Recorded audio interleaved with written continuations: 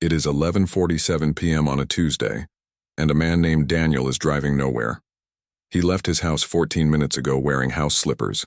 No destination entered into the GPS, no errand to run. His wife is asleep. His phone is face down on the passenger seat, buzzing once, then going still. He takes the same left turn he always takes, onto the same empty service road that runs behind the industrial park, because something happened 40 minutes earlier that his brain could not solve sitting still, and some old wordless part of him already knew exactly what to do about it. Get in the car, drive until the thought finishes itself. This is not a man running from a problem. This is a man who has discovered by accident years ago that his mind does not work in the kitchen, does not work at his desk, does not work lying in bed at 2 a.m., staring at a ceiling fan. It works at 40 miles an hour on an empty road with the windows cracked. And what's strange is that he has never told anyone this, not because it's a secret, but because he assumes everyone's mind works the way his does. It doesn't. And the people whose minds do work this way rarely understand why until someone explains it to them. To understand what is actually happening to Daniel on that service road, you have to stop thinking about driving as a task and start thinking about it as a very specific cognitive state, one that modern neuroscience has only recently been able to name with any precision. Here is the first thing almost everyone gets wrong about this. They assume the car is providing escape, quiet, privacy, distance from whatever is stressing them. That's part of it, but it's the shallow part. The real mechanism is something else entirely, and it has to do with where attention is forced to go. When a person drives a familiar route, the brain does something unusual.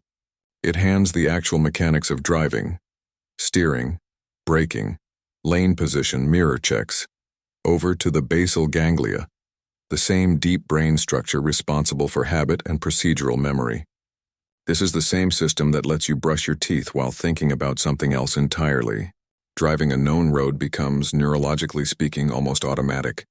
The prefrontal cortex, the part of the brain responsible for conscious reasoning, decision-making, and self-reflection, is suddenly freed from the job of managing the body. And once it's freed, it doesn't go idle. It goes looking for something to do. This is the part most people miss. The mind doesn't relax when you drive. It gets handed a private room. Researchers studying what's called the default mode network, the brain system that activates during mind wandering, autobiographical thinking, and future planning, have found that this network lights up strongly during low-demand repetitive motor tasks. Driving a familiar road is one of the most reliable triggers for it. The default mode network is where people work through unresolved emotional material, rehearse difficult conversations they haven't had yet, and stitch together a coherent sense of who they are across time. It is, in a very real sense, the brain's editing room, and for a specific kind of person, that editing room only opens once the body is moving. Now here is where it gets more interesting, because not everyone needs this. Some people think clearly in silence. Some people think clearly while talking out loud to a friend. The people who can only think clearly while driving tend to share a particular trait. They are uncomfortable with stillness when it's combined with confrontation. Sitting across from a problem, literally sitting, facing it with nothing else happening, activates a kind of cognitive freeze in them. The stakes feel too direct, but put the same problem in the passenger seat of a moving car, where the body is occupied and the eyes are forward, and there's no requirement to look directly at anything, and the nervous system relaxes enough to let the actual thinking happen. This is the same reason therapists have long noticed that people open up more easily walking side by side than sitting face to face. Eye contact, for certain nervous systems, signals evaluation. Movement removes that signal.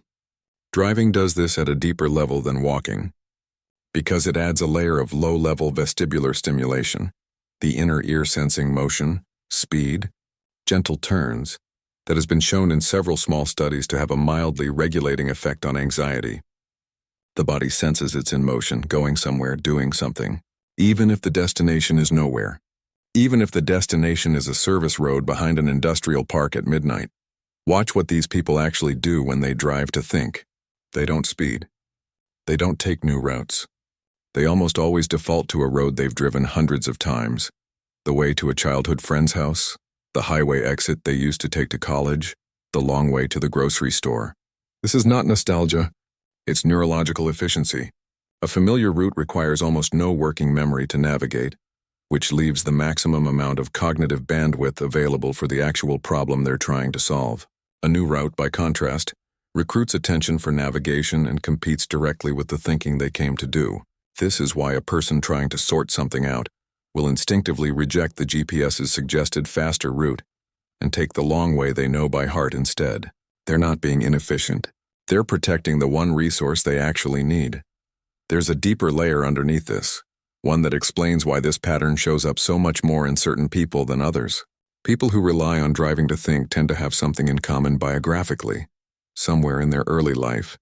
The car was one of the only places where they were left alone with their own mind without supervision or interruption. A teenager driving to school for the first time, a young adult with their first car, finally able to leave a house that felt too loud or too watched. For these people, the car became encoded very early as the one physical space where their thinking belonged entirely to them. No one was going to walk in. No one was going to ask what they were doing. That association doesn't fade. It calcifies. Decades later, the body still associates motion behind a wheel with psychological safety, even if the original reason for needing that safety is long gone. This is also why the habit intensifies under stress, and why it so often gets misread by the people closest to them. A wife watching her husband leave the house at midnight in slippers does not see cognitive processing. She sees avoidance. She sees a man who would rather be alone on a dark road than sit in the living room and talk to her. And in a narrow sense, she's right. He is choosing the road over the room. But the deeper truth is that he isn't avoiding the conversation. He's preparing for it. He is in his own way, doing the necessary work of thinking it through so that when he comes home, what he says will actually mean something, rather than being the first half-formed reaction his nervous system could produce under direct pressure. This is the trap inside the gift, because the same mechanism that makes the car a place of clarity can also become a place of avoidance if it's used too often, for too long, as the only outlet. A drive that lasts 20 minutes is regulation. A drive that becomes 2 hours every night for weeks stops being thinking and starts being escape with a steering wheel attached. The line between the two is not the car. It's whether the person returns, whether the drive ends in a decision, a conversation, an action, or whether the drive becomes the destination itself, an endless loop of motion that replaces the harder work of actually resolving what's wrong.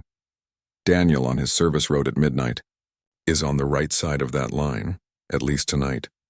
20 minutes after he left, he is already turning back toward his house, not because the problem dissolved, but because his mind, given that 20 minutes of motion and silence and forward momentum, has finally arranged the chaos into something he can say out loud. He didn't escape the conversation he's about to have with his wife.